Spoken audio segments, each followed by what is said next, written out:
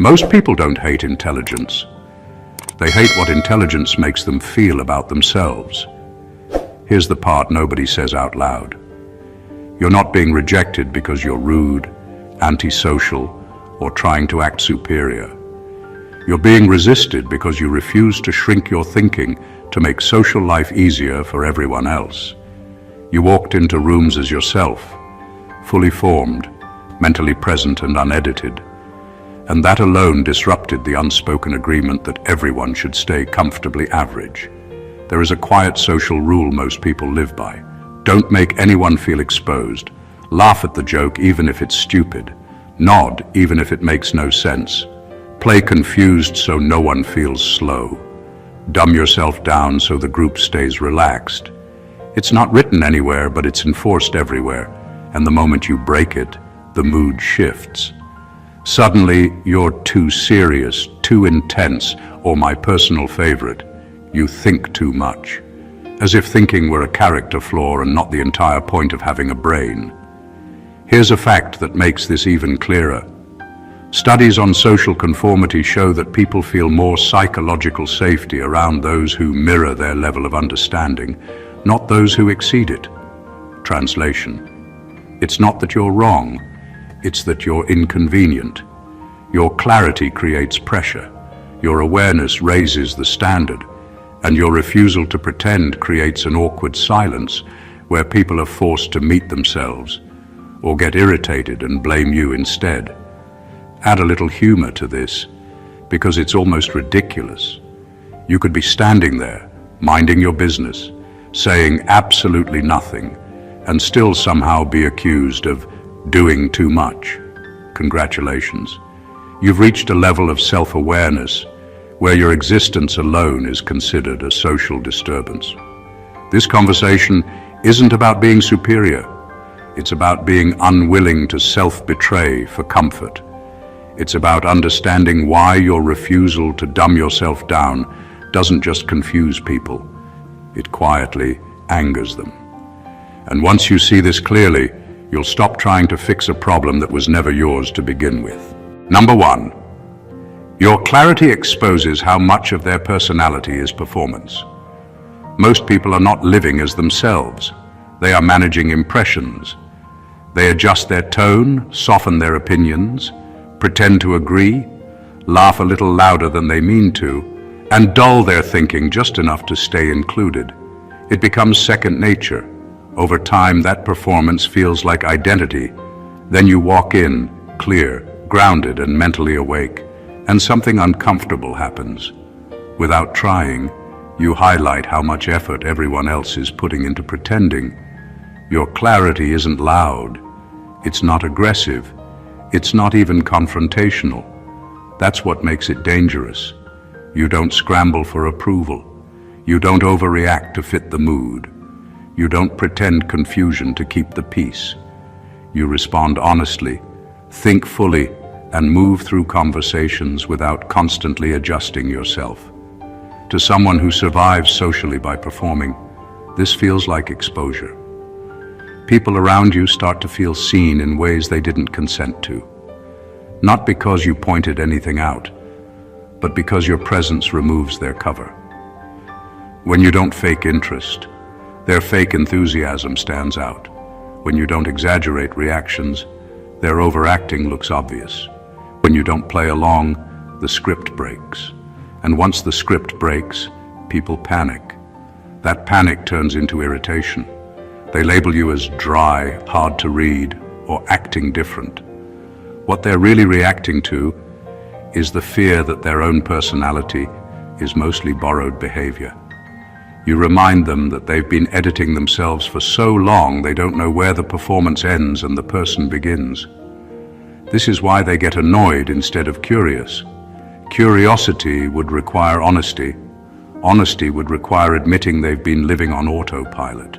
It's easier to be angry at you than to question years of self-abandonment. You're not making them uncomfortable on purpose. You're just refusing to fake. And in a world where social survival depends on constant adjustment, authenticity feels like a threat. Not because it's cruel, but because it's clean. It doesn't hide. It doesn't bend. It doesn't perform.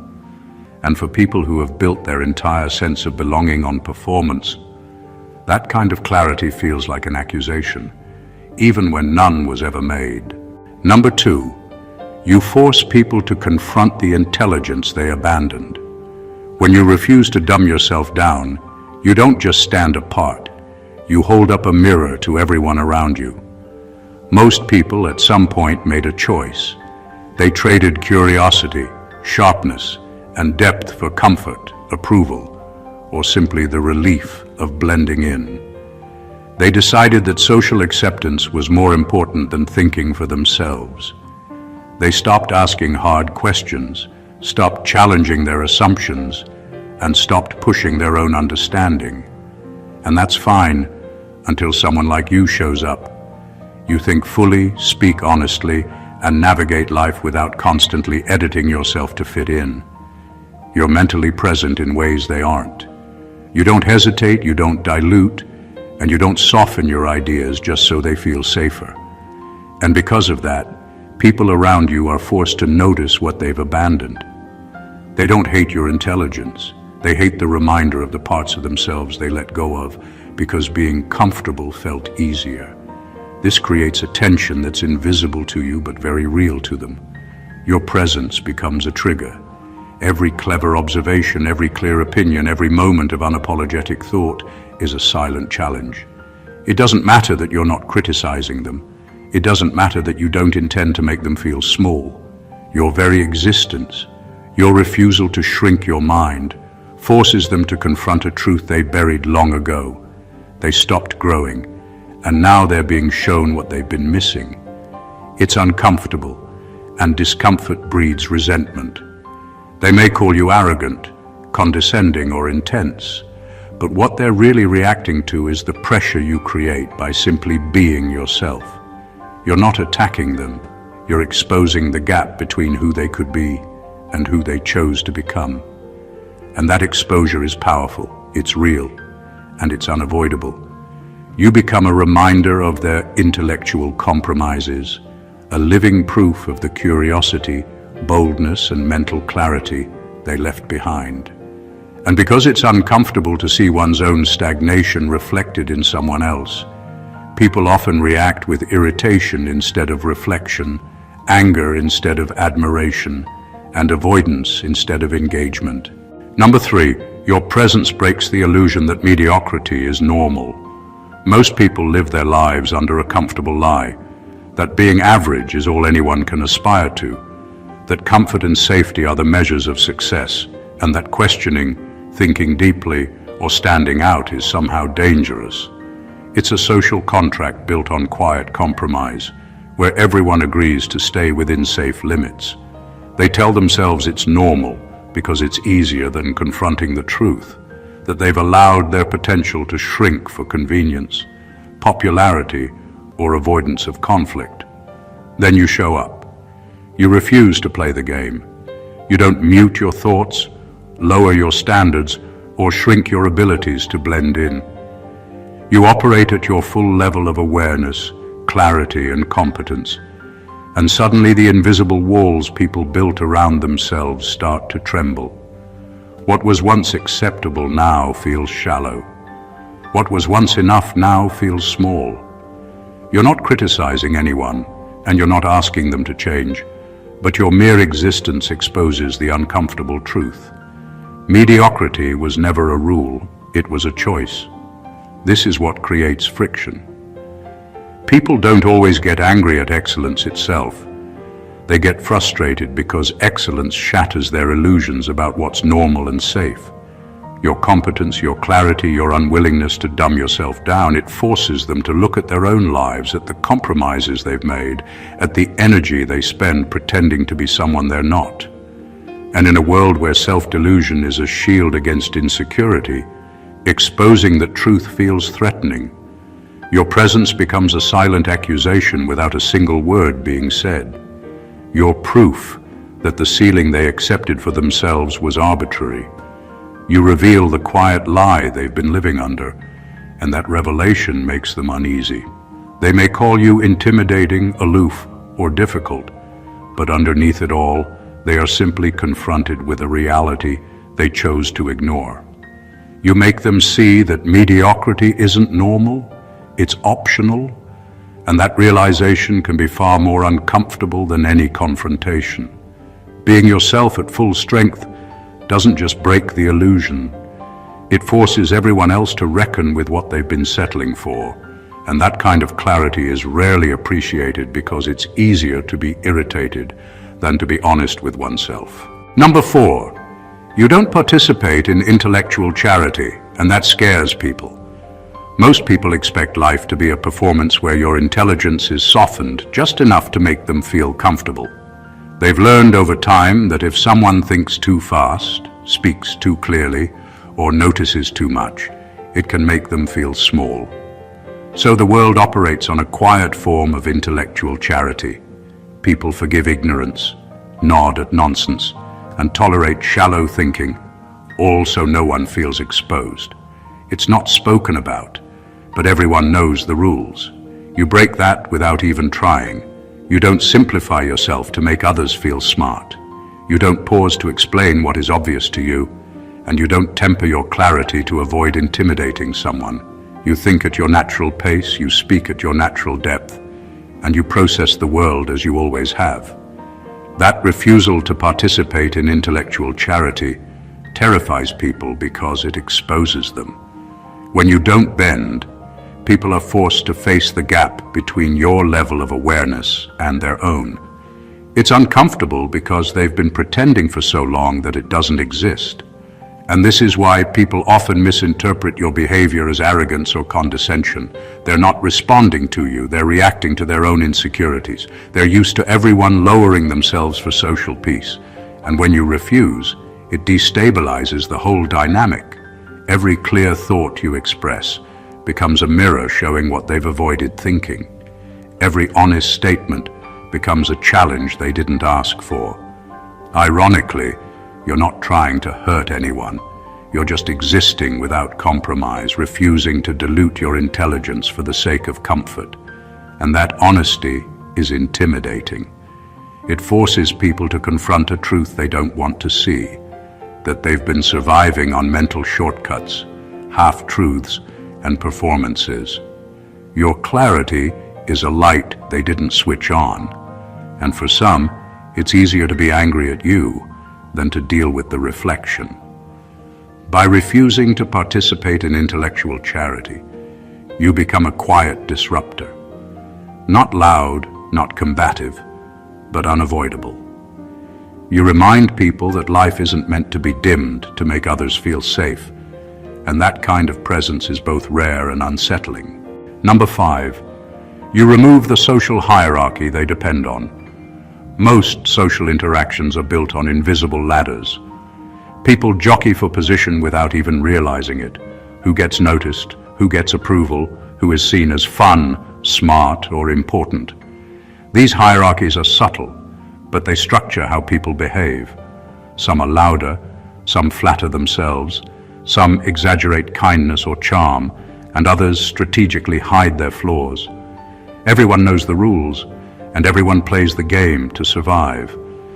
It's exhausting, but it's predictable. Then you appear, refusing to play. You don't exaggerate your traits to impress, you don't minimize your presence to avoid challenge, and you don't dance around expectations to stay liked. You show up fully and authentically, at your natural level of awareness and engagement.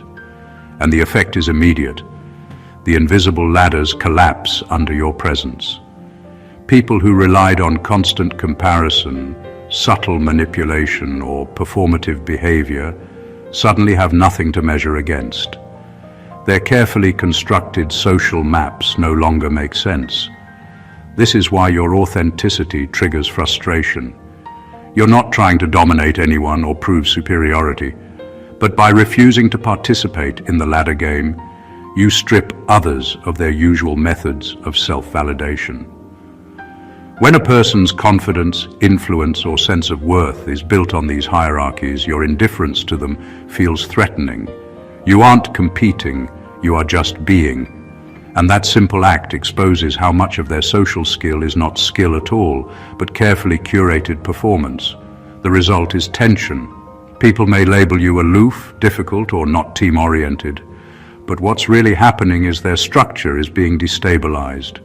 They are forced to navigate a social space where merit, intelligence, and presence exist independently of manipulation or approval seeking. That is disorienting because it removes control, and human beings instinctively resist losing control, even when they have no right to it. By refusing to engage in social hierarchy, you highlight its artificiality. You show that connection, respect, and influence don't need to be manufactured.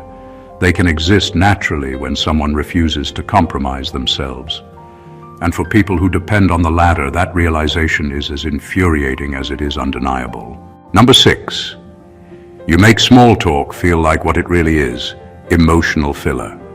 Small talk is sold as connection, but most of the time it's nothing more than emotional filler.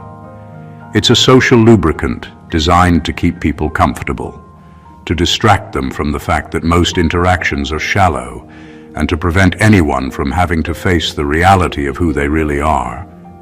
People laugh at jokes they don't find funny, comment on things they don't care about, and nod at statements that don't matter, all to maintain the illusion of harmony.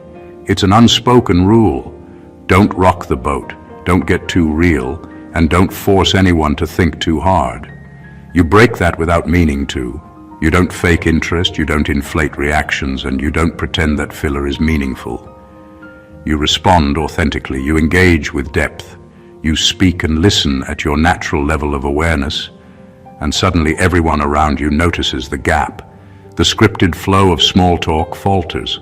The jokes feel empty, the comments feel shallow, and the smiles feel forced. What used to be comfortable background noise now feels exposed. People don't usually react with curiosity. They react with irritation because they've built their social lives on the assumption that filler is enough. Your refusal to participate in that makes them confront the hollowness they've been avoiding. Every conversation becomes a subtle test. Can they keep up, or do they crumble under the pressure of your clarity? And even when they can keep up, it's uncomfortable. Small talk was their safety net, and you just pulled it out from under them. You aren't being difficult or aloof, you're being real. And that reality doesn't fit into their carefully constructed social script. You make them realize that comfort is often chosen over substance, that connection is frequently sacrificed for convenience, and that most interactions are more about appearances than authenticity. You shine a light on what they've been willing to ignore, and that honesty feels like disruption. You remind people that small talk is optional and that real engagement requires effort, depth, and courage, things many would rather avoid. By refusing to participate in the emotional filler of small talk, you force the room to wake up. And that awakening, while subtle, is enough to make people uncomfortable, frustrated, and undeniably aware of their own avoidance. Number 7. Your self-respect reads as arrogance to insecure minds. Self-respect is quiet. It doesn't need to be shouted, flaunted, or justified. It's the simple refusal to compromise your values, intelligence, or presence to make others feel comfortable. Yet, to people who live on insecurity and constant validation, self-respect looks loud, aggressive, or arrogant. They are used to a world where ego and approval are currency, where bending, apologizing unnecessarily, and minimizing oneself is the standard for keeping peace. When you refuse to participate in that economy, your normal behavior becomes a challenge. You don't laugh at jokes that insult your intelligence. You don't fake agreement to avoid conflict. You don't apologize for knowing what you know. You don't shrink yourself to make others feel bigger. To someone who built their identity around others' perception, this looks threatening. Your self-respect is an unspoken refusal to play by their rules, and rules are what make them feel safe. When rules break, people panic. The irony is that they aren't actually responding to you. They are reacting to themselves. They are used to people lowering themselves constantly, so when you simply exist without compromise, they feel exposed. Every calm, clear, unapologetic statement you make shines a light on how much they've been bending, flattering, and shrinking just to survive socially. That reflection is uncomfortable. Instead of facing it, they label you as arrogant. It's easier for them to externalize the problem than to admit their own compromise. Your self-respect doesn't intimidate because it's forceful. It intimidates because it's consistent and undeniable. It's the quiet knowledge that you will not betray your own mind or your own values for approval. And in a world where most people survive by lowering themselves to blend in, that refusal feels like a confrontation. You're not trying to dominate or belittle anyone. You're simply operating on your own terms, and that is enough to make insecure minds spin. Your self-respect is not arrogance. It's a mirror reflecting everything others have surrendered, and their discomfort is proof that they've been living below their potential. Number 8, you don't rescue people from their own shallow thinking. Most people have grown comfortable with their mental shortcuts, half-truths, and shallow observations. Over time, they've trained themselves to avoid deep thought because it's uncomfortable, inconvenient, or simply unnecessary for the life they've built. The world around them adjusts to accommodate this. People laugh along, nod along, and provide constant reassurance so that no one feels challenged, and everyone maintains the illusion that what they think and say is enough. You break that without trying. You don't slow down your thought process to match theirs. You don't dumb down your ideas, over-explain concepts, or tiptoe around gaps in understanding. You let your clarity exist fully, even if it exposes theirs. This isn't cruelty, it's honesty. And that honesty makes people uncomfortable because it forces them to recognize the limits of their own thinking. They're not used to having someone operate on a level they haven't bothered to maintain, and your presence makes that difference impossible to ignore. They expect you to adjust, to rescue them from the discomfort of realization. If you were polite or careful, you could cushion the blow, simplify, explain, nod, or pause to let them catch up. But you don't. You operate at your natural level of understanding and leave them to confront the gap on their own. That refusal to act as a crutch feels threatening to those who rely on intellectual charity to feel competent. They interpret your clarity as judgment, even though you never judge. You just refuse to rescue. This is why people often react defensively. They might call you cold, condescending, or too much, because facing their own superficial thinking is uncomfortable. It's easier to externalize frustration onto you than to admit that they've tolerated mental laziness for far too long. Your refusal to rescue people from shallow thinking forces accountability, even if they hate it. You remind them that growth isn't optional for life to be real, and that mental effort isn't negotiable for respect. And that reminder, while simple in its execution, is a disruption for anyone who has spent years surviving comfortably beneath their potential. Your presence is a silent challenge, and that makes you unforgettable. Number 9, you disrupt their emotional economy. Most people manage life through a delicate balance of comfort, avoidance, and validation. They have invisible rules about what they can feel, what they can express, and how others should behave so that their sense of stability isn't threatened. Relationships, conversations, even casual interactions are often built on this unspoken emotional economy. Everyone gives just enough to keep the balance, and no one rocks the boat too hard. It's predictable, manageable, and safe. Then you appear fully aware and unwilling to compromise. You don't adjust your energy to soothe insecurities. You don't pretend ignorance to make others feel smart. You don't suppress honesty to avoid making anyone uncomfortable. You are fully present in mind, body, and emotion, and your consistency exposes the delicate, artificial balance everyone else has been depending on. Suddenly, the emotional rules they've been following no longer apply, and the stability they relied on feels fragile. This disruption is invisible, but it is powerful. People around you start to feel smaller, more vulnerable and unsettled, even if you've done nothing to attack them directly. Your presence alone forces them to confront the parts of themselves they've hidden or ignored, the shortcuts, the compromises, the fears, and the weaknesses. They weren't used to seeing those parts reflected back without judgment, and the lack of protection feels threatening. The frustration they express isn't about you. It's about the imbalance you create in their world. They are not angry at your authenticity. They are angry that your authenticity highlights their own inconsistencies. You shine a light on every insecurity they've been ignoring, every lie they've been telling themselves, and every standard they've avoided meeting. By refusing to soften, dilute, or adjust for their comfort, you make them confront reality.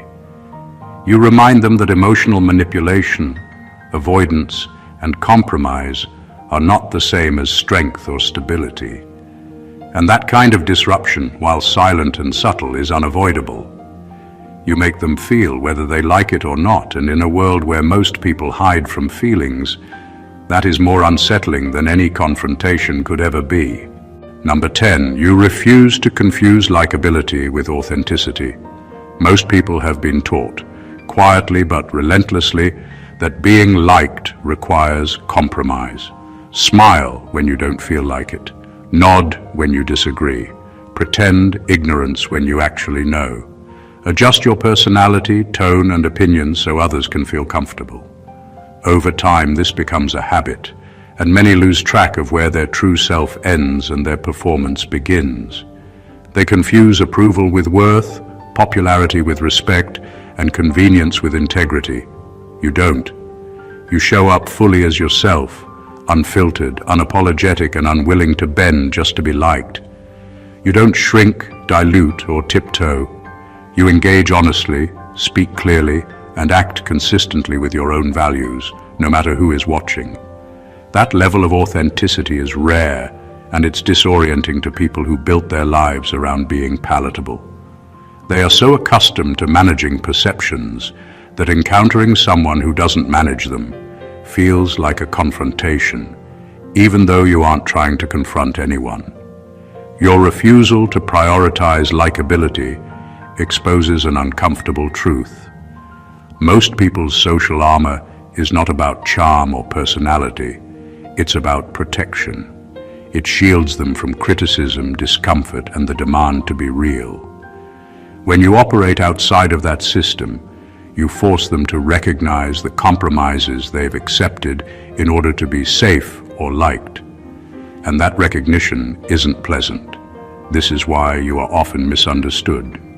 You're labeled as cold, difficult, or arrogant, not because you are those things, but because your authenticity challenges the way others measure themselves.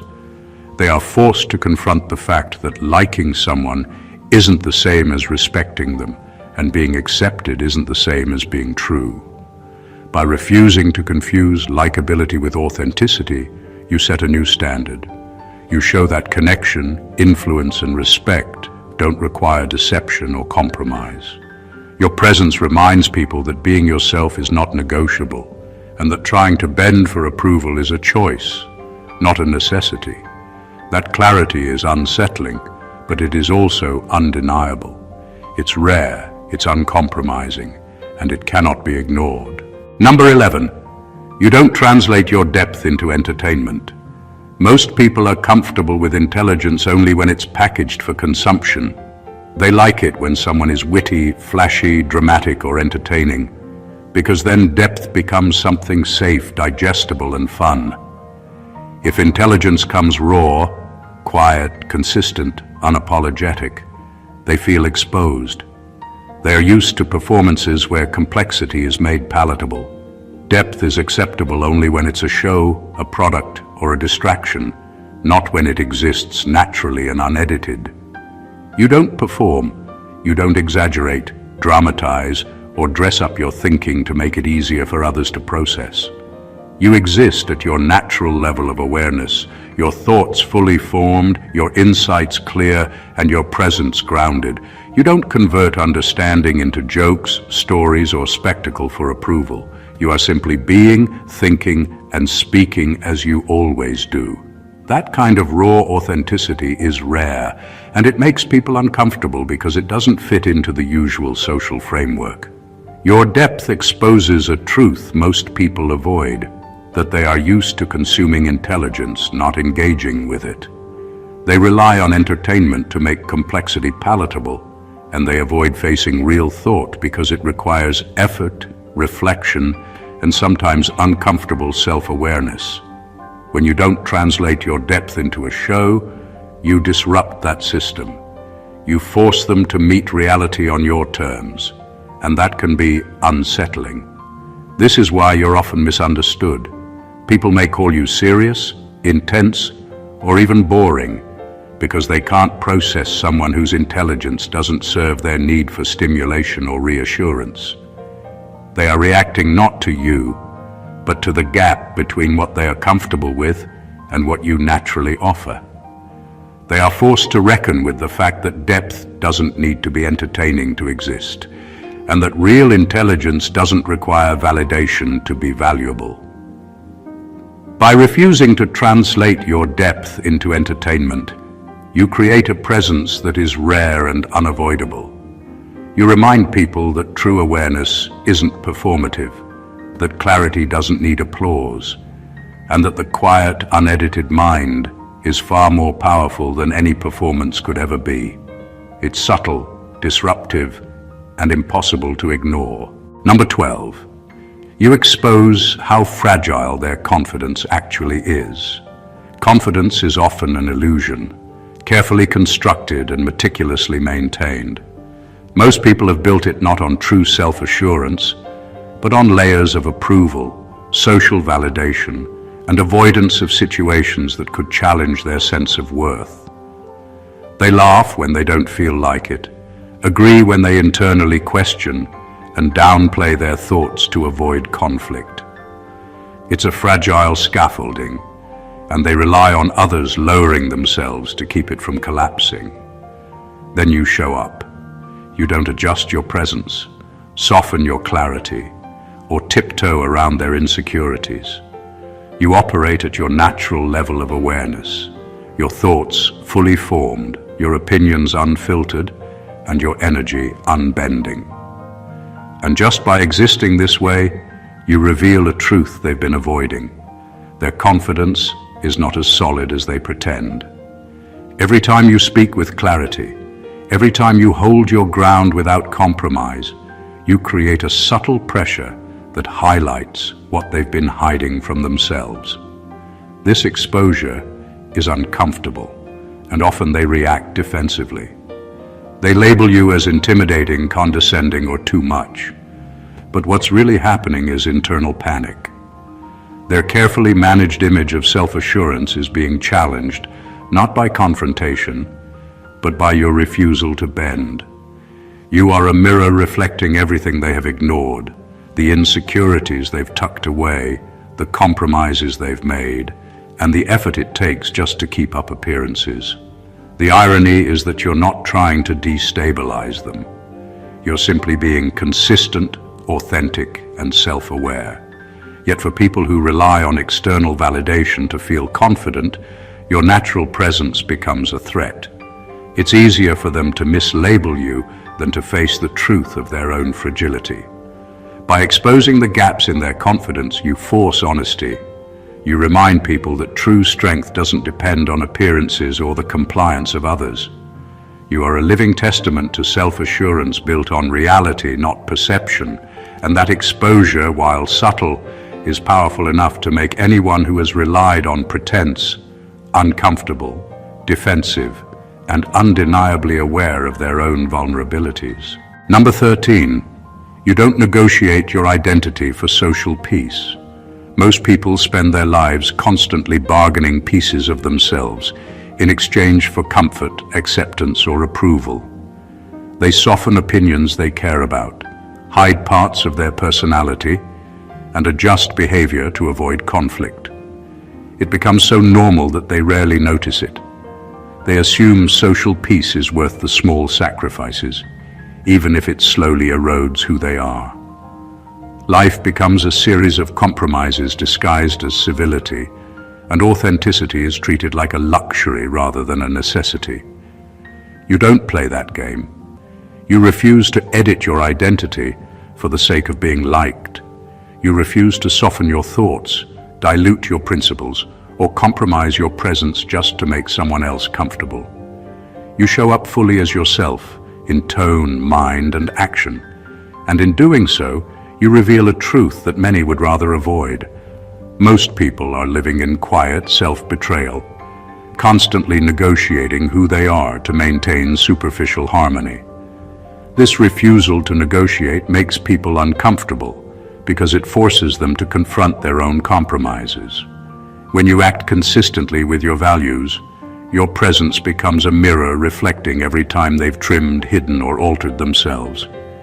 It doesn't matter that you're not judging them. Your existence is enough to illuminate the gap between who they pretend to be and who they've sacrificed themselves to become. The discomfort often manifests as irritation, criticism, or avoidance. People are drawn to social peace because it shields them from honesty, both internal and external. By refusing to conform, you destabilize that shield. You make it impossible for them to ignore the compromises they've accepted, and that exposure feels threatening. You are not seeking to dominate or provoke. You are simply refusing to betray yourself. And that refusal, simple as it seems, carries a quiet power that few can tolerate. You demonstrate that integrity is not negotiable, that authenticity is stronger than acceptance, and that living fully in your own truth is worth more than the fleeting approval of others. Your presence reminds people that self-negotiation is a choice, and sometimes the cost of maintaining peace is the very thing that makes life meaningful. Number 14, you are not antisocial, you're anti-falsehood. Most people misunderstand those who refuse to dumb themselves down. They assume silence, selectivity, or refusal to conform is a sign of coldness, antisocial behavior, or arrogance. They don't see that it's not about avoiding people, it's about avoiding compromise, dilution, and dishonesty. You are not retreating from society, you are retreating from pretense, from the constant expectation to soften, adjust, or perform in order to make others comfortable. You are unwilling to trade your authenticity for social ease, and that alone confuses and frustrates people. You don't pretend to be interested in trivial conversations. You don't exaggerate reactions to fit a mood. You don't bend your personality to accommodate someone else's insecurities. You show up as your full, unedited self, and that is enough to disrupt the social norms most people take for granted. The world expects constant compromise. People anticipate that you will lower your awareness, hide your intelligence, or modify your reactions just to keep interactions smooth. You refuse, and that refusal forces them to face their own reliance on falsehoods. Your presence, calm and unwavering, reveals a simple truth. Honesty doesn't need applause, clarity doesn't need validation, and authenticity doesn't require compromise. And that truth is uncomfortable for anyone who has been living behind a mask. They feel exposed, irritated, and even threatened. But none of it is about you. It's about the tension between your integrity and their habit of self-betrayal. You are not anti-social, you are anti-falsehood. You are selective because you value reality over comfort, substance over entertainment, and truth over convenience. You demonstrate that real connection doesn't require lowering oneself. That influence doesn't require deception, and that presence is powerful when it is unfiltered. People may mistake your clarity for distance, but it is actually a choice to exist fully without compromise, and to refuse the world's invitation to betray who you are. That choice is rare, unavoidable, and quietly revolutionary, and it challenges everyone around you to either rise to reality or remain comfortably asleep. At the end of the day, refusing to dumb yourself down is not arrogance, it's clarity. It's not antisocial behavior, it's integrity.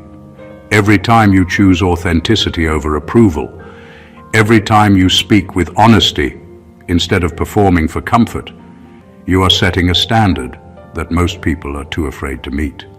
You force reflection, challenge illusions, and quietly disrupt the social systems built on compromise and pretense.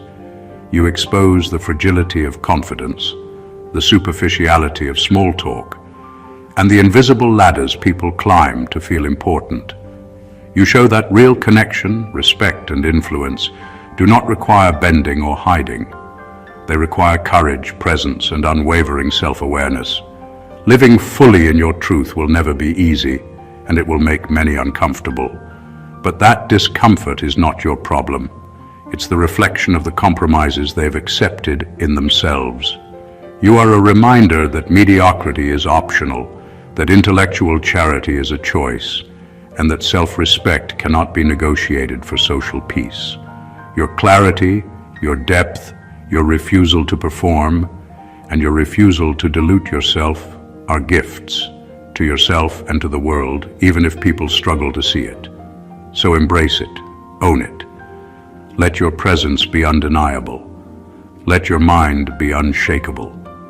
And let the people around you deal with their discomfort, because you are not here to fit into their scripts.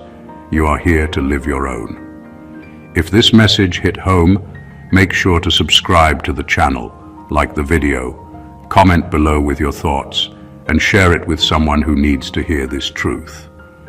Your support helps us keep uncovering the realities most people are too scared to face.